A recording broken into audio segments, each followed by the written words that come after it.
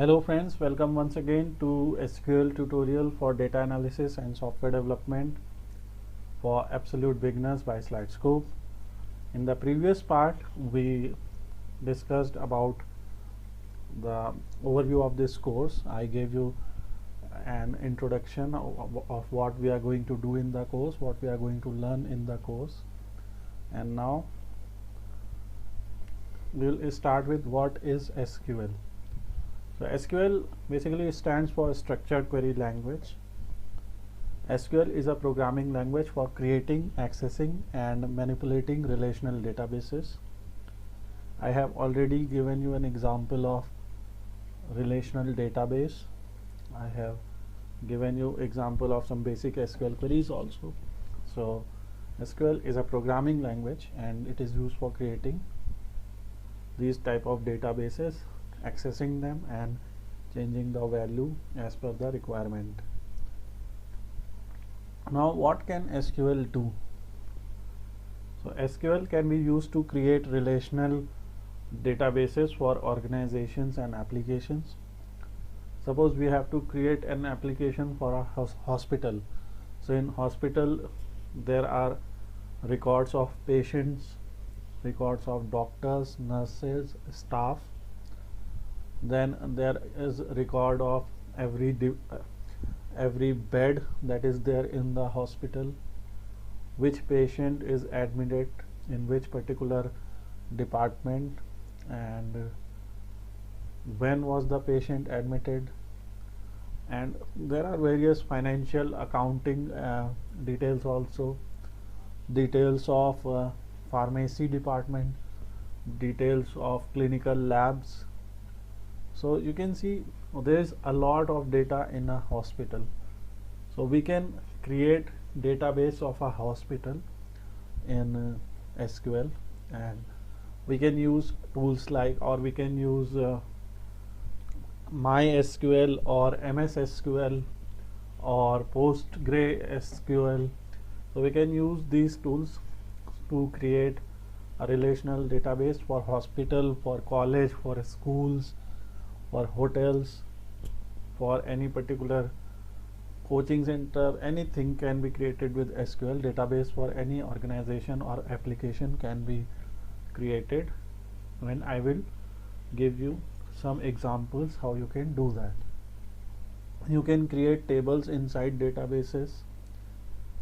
You can write select, insert, update and delete records in database. So for example, if you are using let's say if you are viewing your result online, suppose you are viewing your online result. So when you are viewing your online result, you are actually selecting some record.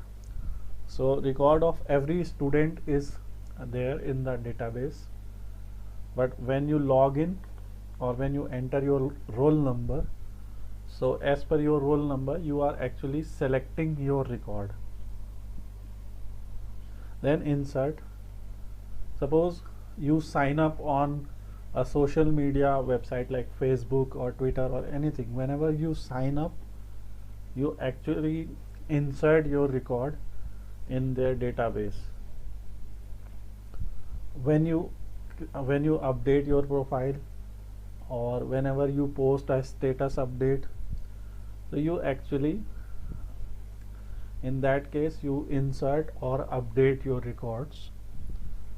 And sometimes you delete your posts on social media, so that is deleting records in a database.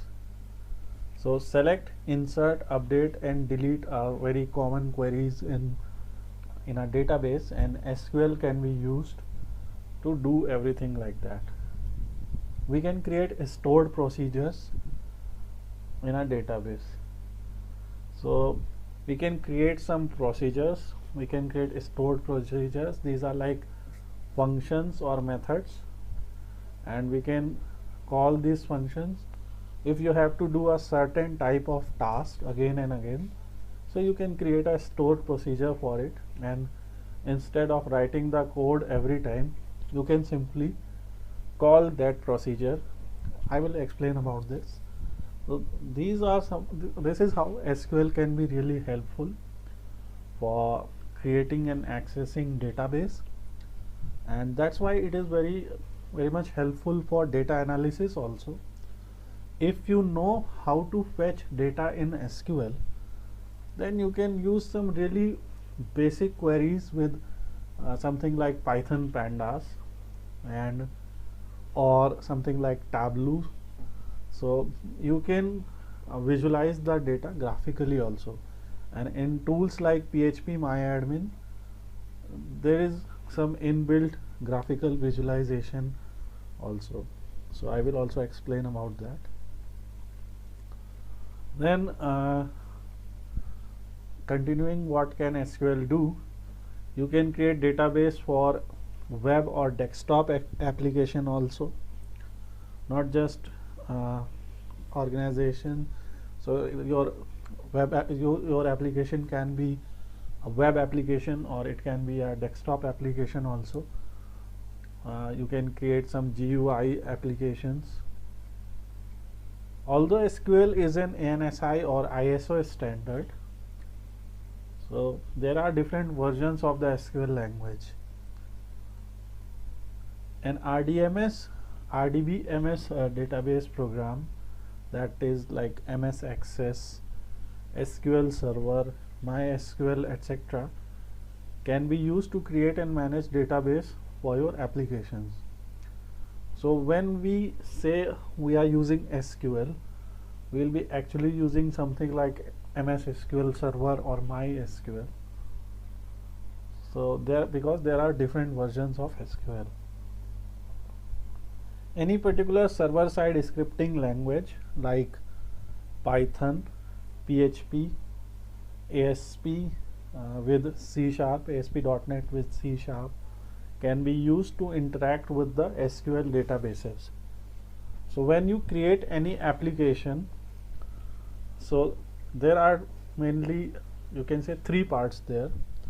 In an application there are three parts. Let me explain it.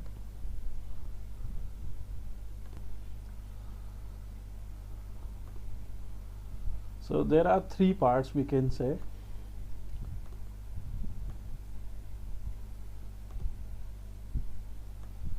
In any application, this is a very simple explanation, so I am just keeping the things really simple just to make you understand. So this might not be the most perfect explanation or example, but it will help you in understanding what software applications or web applications look like.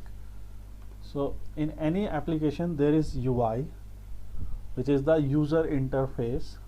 It is actually the forms where you fill your data. Then whenever you fill your data, so that data is passed to some, or it can be passed to some server-side scripting language like PHP, Python, C#, etc. And these what is the work of these language? So they do the work of operations, like there can be many operations like logical operations, comparison, mathematical, and various other operations, if else, writing loops. So everything that happens there is PHP and Python. It is basically for, you can write queries for validation also, and after these operations the data is passed to a database, or the query is passed to a database. So we actually query a database here. So whenever, suppose for example, whenever you sign up on Facebook, let's say you are signing up on Facebook, so you fill a form, then your information is processed by some server-side scripting like PHP, Python, etc., and then your information is saved in a database. Database also gives a response. This response is again processed by these server side scripting languages, and whatever the response is, so a simplified response is again given back to the user interface, that you see like user successfully registered, password do not match, or your password is too small, your email ID already exists. So response like this. So this is work of, or this is block diagram of a simple web application or a software application. And in this part, so this part can be managed with SQL, the database part. And your database can be a file also. For example, there are databases like SQLite database, which is just like a file, but MySQL and MS SQL, these databases run on a server. So for example, in our case, we are running database on a local server currently, but I will also give or I will also teach you how to create database on a server. So on how to create or how to transfer MS SQL database on a server, how to create or transfer a MySQL database on a server. So I will teach you that. So this is the work here, and this is what we are going to learn. So a server-side scripting language like Python, PHP can be used to interact with the SQL databases. Next thing is, what is RDBMS? I gave you an example of a simple relational database. RDBMS stands for Relational Database Management System. The basis of SQL is actually RDBMS. It is basis for all modern database systems such as MS SQL Server, IBM DB2, Oracle, MySQL, Microsoft Access, etc. In RDBMS, data is stored in database objects, which are called tables. I also explained you what are tables in the previous video. These are also known as data tables. A database can have one or more tables, and the information stored in these tables is relational. Now, what is table in SQL? So because we are learning about databases and tables, so a table is a collection of related data entries, and it consists of columns and rows. So in a table you will see columns and rows, which we have already seen in the previous example. So let me show you that. So you can see here, this is a simple table which is called as categories. Categories is the name of this table. In this table there are columns and rows.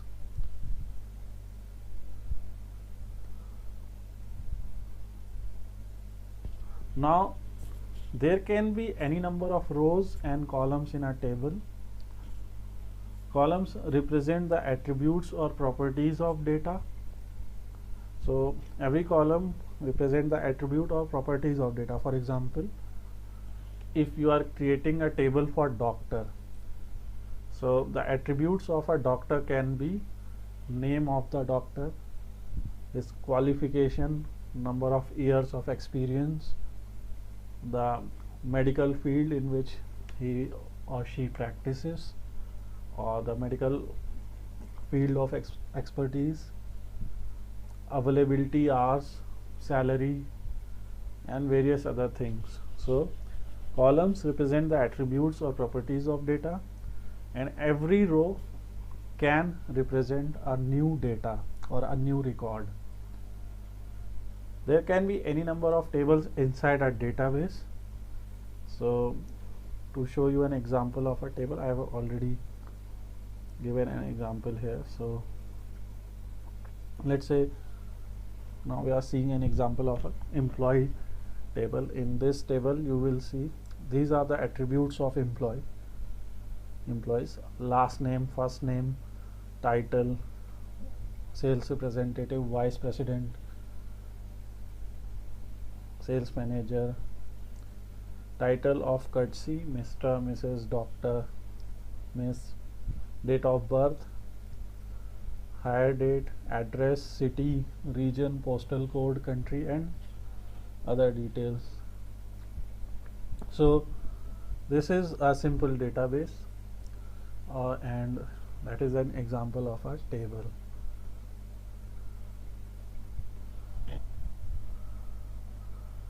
So that's it about this particular chapter. Here we have discussed some theory about SQL. In the next part, I will explain you how you can install MySQL on your computer. There are various ways of installing MySQL. There are many softwares that we can install to explore and create MySQL databases, but we will use XAMPP mainly. So I will explain you from where you can download and install XAMPP. If you already have XAMPP, so you can skip the next part.